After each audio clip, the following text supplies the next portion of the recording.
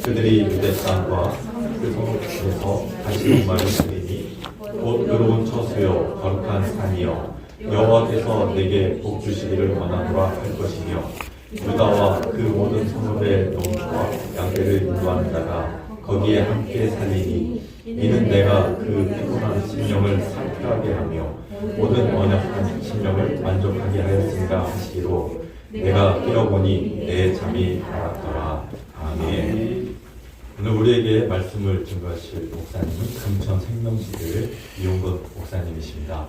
참된 안식이라는 제목으로 말씀 전해주실 때 많은 은혜를 끼시기 바랍니다.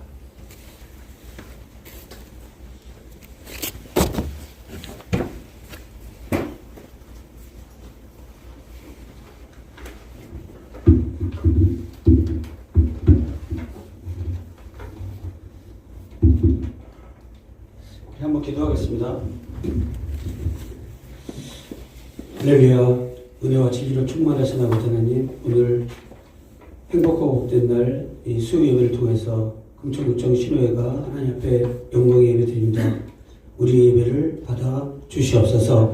드려진 예배를 통해서 예배에 참석한 남녀 종들이 하늘의 신령한 것으로 덧입혀져서 직장에서 승리하며 살게 하시고 가정과 삶의 현장 터전 속에서도 말씀으로 승리하며 살아가는 하나님의 신실한 자녀들이 다 되게 하여 주시옵소서. 부족하고 연약한 종 세우셨사온데 이 한 시간에 생명의 말씀 나누고 돌아가는 복된 시간 되게 하여 주시옵소서.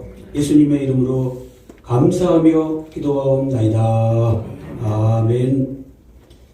네, 반갑습니다. 오래간만에 또 보니까 반가운 얼굴들이 많이 계십니다. 우리 이게 몇 분에 끝나야 되죠?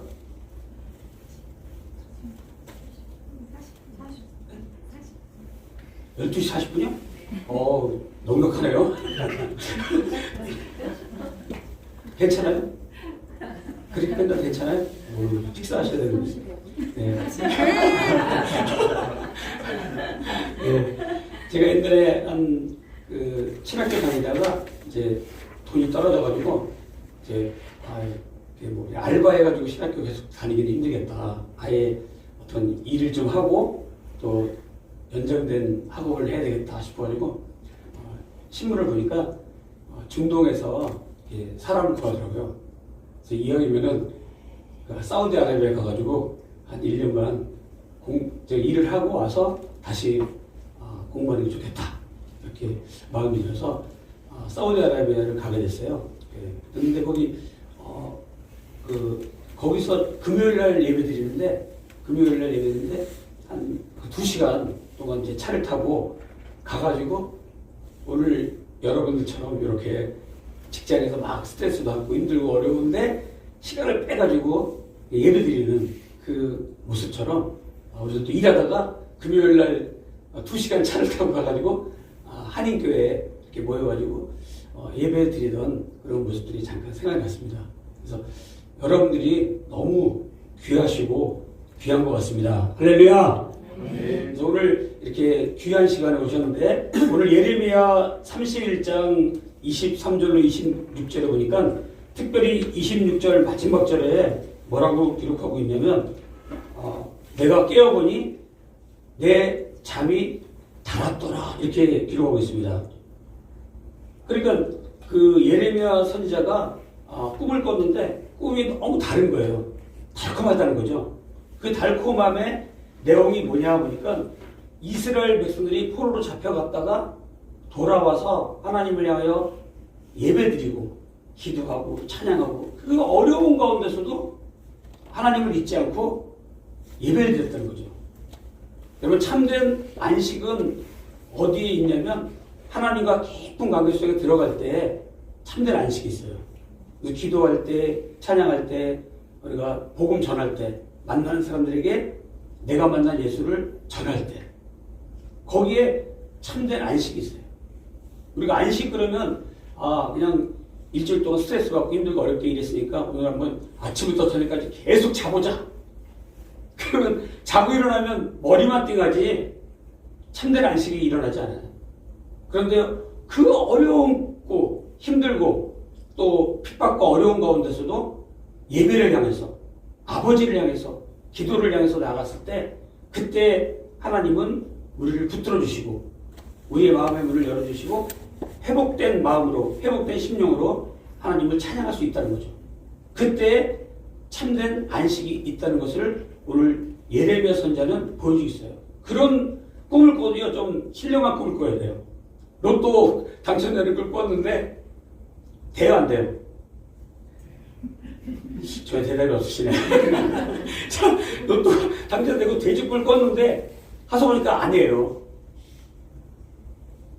아닌 게 많아요 세상에는. 오늘 지금 누구와 관계 맺고 있느냐에 따라서 나는 기쁠 수도 있고 불행할 수도 있고 안식을 누릴 수도 있고 참된 안식 속에서 벗어나가지고 참 고통 가운데 지낼 수 있고 그래요. 오늘 예레미야 선지자가 오늘 보니까 그 사로잡힌 자들 가운데서 돌아올 때 유다와 그 성읍들이 다시 이 말을 하리라 했어요. 여러분 이 언어를 어떻게 말하냐가 참 중요해요. 그 포로로 잡혀가고 돌아왔을 때 뭐라고 합니까? 의로운 처소여 거룩한 산이여 여호와께서 내게 복 주시기를 원하노라 그랬어요. 이런 말을 하게 된다는 거예요. 여러분 우리 구청에서 이제 일하시다 보면 스트레스도 있고 또 여러 가지 또 힘든 일도 있고 말도 실수할 수도 있고 막 그러잖아요. 좀 짜증도 나고 그럴 때. 근데 이 말이라는 게 참 중요하잖아요. 그리스도인으로서 직장에서 살아갈 때 말이 의로운 처소여 거룩한 산이여 여호와께서 내게 복 주시기를 원하노라. 이런 언어에 참된 안식이 있어요. 우리가 참된 안식이 없을 때 가만히 생각해보면 아 내가 괜히 그때 그 말을 했구나. 괜히 말 잘못했구나. 이런 것들이 좀 깔려 있어요. 물론 그 말은 마음속에서 나온 거지만 마음속에 있다 할지라도 입 밖에 꺼내지 않았으면 사단이 안 일어날 일들이 참 많은데 순간적으로 욱해가지고 팍 말을 뱉어서 안식을 깨트리고 평안을 깨트리는 경우가 많다는 거죠. 그래서 오늘 예레미야 선지자는 그 사로잡힌 자 중에 돌아올 때 그들이 유다 땅과 그 성읍들에서 다시 이 말을 하리라 했어요. 다시라는 말이 어게인이라는 말이 왜 있을까요? 전에 이스라엘 백성들이 포로로 잡혀가기 전에 이스라엘 백성들이 하나님을 찬양하고 아름다운 곳이요 아름다운 처소요 거룩한 산이요 이렇게 고백했던 백성이라는 거죠. 그런데 포로로 잡혀가서 70년 동안 바벨론에서 포로로 잡혀가서 얼마나 고통스러운 거예요. 그런 가운데서도 하나님의 백성들은 예배를 통해서 하나님과 관계를 가지고 있었다는 거죠. 여기 여호와께서 내게 복 주시기를 원하노라 할 때 이 복은 우리가 잘 알고 있는 것처럼 이 바라크라고 하는 단어를 쓰는데 바라크라고 하는 단어는 우리나라의 복하고 약간 개념이 다르죠. 우리나라의 복은 뭐예요? 한일자, 입구자, 밭전자, 오른쪽에 뭐예요? 볼시자. 그러니까 한 사람의 가족이 밥을 해먹을 수 있는 밭이 보이면 복이라고 했어요. 한문에는 그런 개념이 있죠. 복자가. 그래서 막 지붕에도 복자가 있고 숟가락에도 복이 있잖아요. 그러니까 한 집안 식구가 밥에 먹을 수 있는 밭이 있으면 복으로 본 거예요. 그런 개념의 이제 복이거든요. 근데 히브리 민족의 복은 개념이 다르죠, 좀. 이 바라크라고 하는 단어는 납작 엎드리다 이런 뜻이에요. 복이라는 단어가. 그러니까 하나님 앞에서 나는 죽었습니다. 엘리야 선지자나 예레미야 선지자나 다니엘이나 다 선지자들이 나는 죽었습니다 하는 시간이 있어요. 그때가 진짜 복받는 시간이에요. 할렐루야! 부흥에서는 아멘이 안 나와요. 근데 우리 신유에서는 나와요. 할렐루야! 왜냐면 그 어려운 가운데서도 하나님을 향해서 간절히 찾고 구하고 하나님을 향해서 나는 아무것도 아닙니다. 나는 아이입니다. 나는 부족합니다. 나는 죽었습니다. 나는 원대감도 없습니다. 그렇게 고백되어지는 순간이 있다면 그때 진짜 복받는 시간이에요. 왜? 하나님이 일하신 시간이니까. 지금까지 내 생각과 내 방법으로 막 이렇게 되고 저렇게 해봤지만 안 되더라는 거죠. 그럼 하나님께 맡기고 하나님께 내어드리고 나는 죽었습니다. 로덴 나무에서 죽기를 강구했던 엘리야처럼 나는 아무것도 아닙니다. 어린아이입니다. 라고 할 때 그때 하나님이 힘주시고 능력 주시고 권능 주셔요. 그러므로 우리가 돌아와서 받게 되는 복이 여호와께 복을 받은 백성들이요 라고 할 때 이 복이 하나님과의 관계 회복이에요. 하나님과 복된 그 예배 회복이죠. 그러니까 어떤 삶에 있느냐가 중요한 게 아니라 어떤 상황에서도 하나님과 관계가 끊어지지 않으면 복된 거예요. 근데 아무리 좋은 환경이 있는데 하나님과의 관계가 끊어져 버렸어. 그러면 그건 뭐예요? 복받는 상황이 아니지 거죠. 그래서 여기 왜 의로움과 거룩함으로 하나님께 나아가는 관계, 하나님 앞에서 엎드리는 관계. 그래서 옛날에 그 신부님들이 이제 신부 서품 받을 때 목사님들은 이제 그냥 무릎 꿇고 여러 목사님이 와서 안수하면서 이제 목사가 되거든요. 근데 신부들은 어떻게 합니까? 나와가지고 쫙 엎드려요. 그러니까 나는 죽었다 이런 뜻이에요. 그 참 좋은 것 같아요. 우리도 개신교에도 좀 받아들일 필요 있어. 그런 거는. 그냥 무릎 꿇고 막 웅성웅성 이렇게 하는 게 아니라 정말 하나씩 나와가지고 쫙 남 죽었습니다. 이제부터는 주님의 종으로 살겠습니다. 주님 뜻대로 살겠습니다. 이런 고백이 되어지는 게 복이라는 거죠. 그 납작 엎드리다가 바라크가 오늘 본문에 복이라고 하는 단어예요. 그 다음에 24절에 보니까 유다와 모든 성읍의 농부와 양떼를 인도하는 자가 거기 함께 살리니 그랬어요. 여러분 회복돼가지고 하나님과 관계 회복되면은 그 사람이 뭐가 나오냐면 함께 살아야 되는 거예요. 여러분 인생에서 가장 행복한 것을 찾자 그러면 어디에 찾아요? 가족과 함께 살아야지 복이죠. 돈 많은데 막 떨어져도 1년에 한번 볼까 말까요? 아니 우리 딸도 캐나다로 알바를 갔다가 캐나다 사람을 만나가지고 캐나다 사람하고 결혼해버렸어요. 딸을 뺏겼어요. 아니 가족이 아니야 이제. 근데 전에보다 더 잘 만나 카톡으로. 전에는 할 얘기도 없었는데 지금은 할 얘기가 많아. 그러니까 단점이지만 또 장점도 있었어요. 근데 아쉽죠. 뭐 급하면 만나지 못하니까. 그래서 여러분 함께 산다는 거가 참 복인 것 같아요. 부모님과도 함께 사는 게 보이고 이웃과도 함께 살고 있고 내가 직장에서 같은 과에서 같이 있다는 사람들은 귀중한 거예요. 소중한 거. 그래서 귀중하게 여기고 소중하게 여기면 그게 다 누구한테 옵니까? 나한테 오는 거죠. 그러니까 옆에 있는 존재를 소중하게 여기고 존귀하게 여기면 다 내게 자기 자신에게 돌아오더라고요. 그래서 유다와 그 모든 성읍의 농부와 양떼를 인도하는 자가 거기에 하나님께서 돌아오게 하신 자리에 하나님께서 회복시켜 주신 자리에서 거기에서 함께 살리라. 할렐루야. 여러분 이스라엘 백성이 하나님과 함께 사는 게 성경의 기록을 쭉 보면요. 하나님은 함께 사시길 원하시는 거예요. 근데 우리는 뭐 하나님께 영광 돌리고 뭐 헌금을 하고 뭐 드리고 뭐 큰 교회를 짓고 하나님께 뭘 해드리려고 해. 하나님 뭘 해드리는 걸 원치 않으셔요. 그냥 나와 함께 살자는데 사람들은 뭔가 눈에 보이는 뭔가를 만들어내서 막 올리려고 하는 거예요. 하나님은 함께 살자예요. 여러분 명절 때 부모들이 뭐합니까? 막 돈 갖다 주고 뭐 헬스케어 같은 거 사주는 것도 중요하지만 더 좋아하는 건 뭐예요? 잠깐이라도 얼굴 보자 아니에요?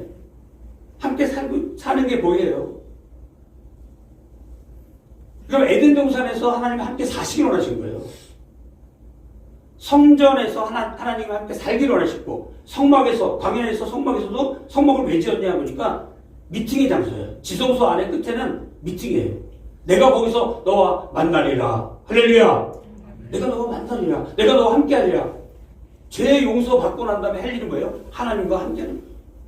그래서 성막이 있는 거고 성전이 있었던 거고 교회가 있는 거고 예배가 있는 거예요. 옛 언약에서는 뭐예요? 이제 돌파를 다시 했잖아요, 언약을요. 근데 지금 새 언약이 오늘 보면 새 언약의 얘기인데 새 언약은 어디에 새긴 거예요? 마음에 새긴 거죠. 이제 말씀이 우리 가운데 있어서 이 말씀을 이제 우리가 갖고 살아가는 거예요. 그래서 하나님과 사는 게 성경의 요한계시록에서도 우리가 하나님 나라 가면 어떻게 되는 겁니까? 하나님과 영원토록 함께 사는 거죠. 영생이란 말이죠. 그러니까 하나님은 살기를 원하시고 최종적인 목적지가 거기에요. 같이 사는 거. 그래서 에덴 동산부터 요한계시록에 그 새 예루살렘이 내려오는 그 모습까지 전부 다 함께 사는 것을 얘기하고 있죠. 이제 마지막으로 25절에 보면 뭐라고 기록하고 있습니까? 25절에 이는 내가 그 피곤한 심령을 상쾌하게 하며 그 모든 연약한 심령을 만족하게 하느니라. 피곤한 심령을 어떻게 한다고요? 상쾌하게 한다.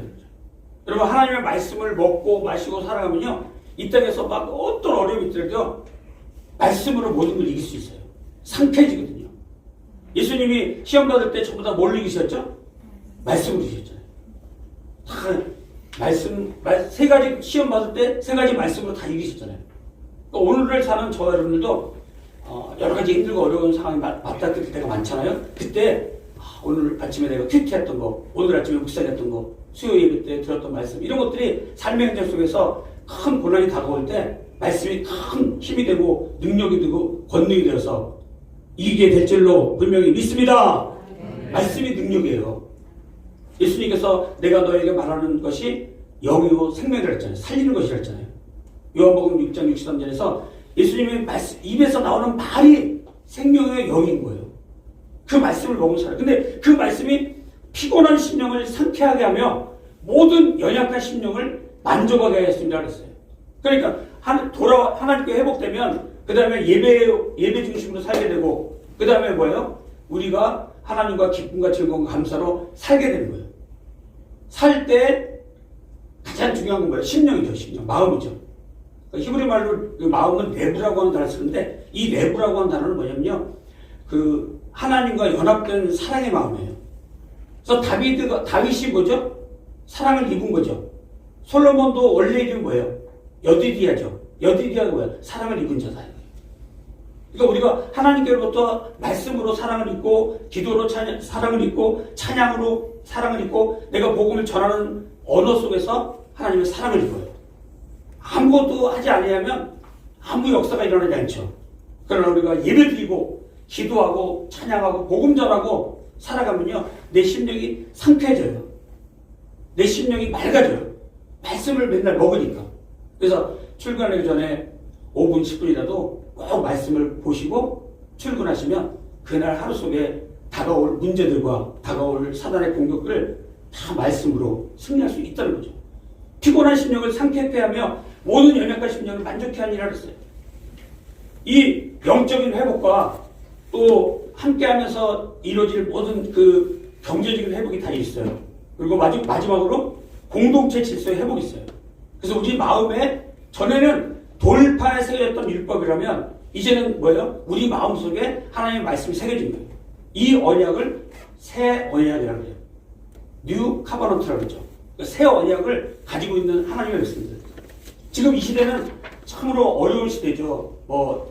챗 GPT하고 AI, GPTS 굉장히 발달돼 있어요.